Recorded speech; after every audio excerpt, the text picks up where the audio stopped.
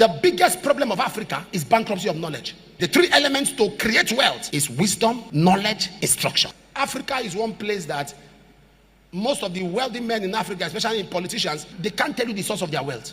I'm sorry, the wealth of a fool, that you cannot say this is what you did to become wealthy. Proverbs 13:11 says, wealth gotten by vanity shall be diminished, but he that gathereth by labor shall increase. Wealth gotten by vanity shall be diminished, but he that gathereth by labor shall increase. In Proverbs chapter 8, verse 10 to 11, verse 12, and verse 21, we begin to see different levels of wealth. 1, 2, go, let's read it. Receive my instruction and not silver, and knowledge rather than choice gold. Verse 11, for wisdom is better than rubies, and all things that may be desired are not to be compared to it. If you go back to read verse 21, you see, begin to understand that old scripture was talking of what they say, I may cause those that love me to inherit substance. Those that love these things, instruction, knowledge, and wisdom. Those that love instruction, that love knowledge, that love wisdom, he said they will increase in substance. So these are the three elements. The three elements to create wealth is wisdom, knowledge, instruction. Are you following what I'm talking about?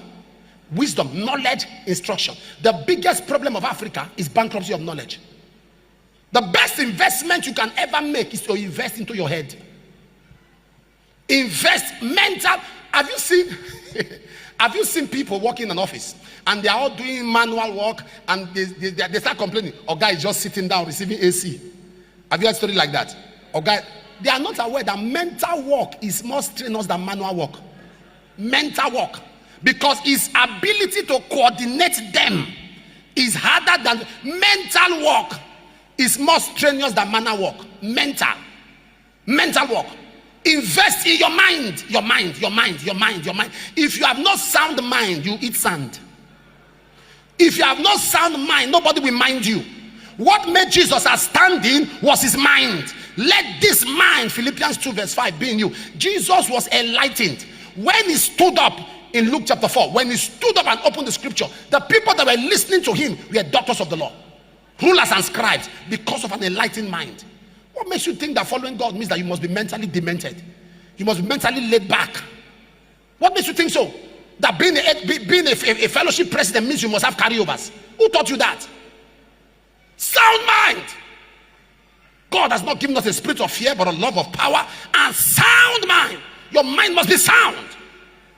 Am I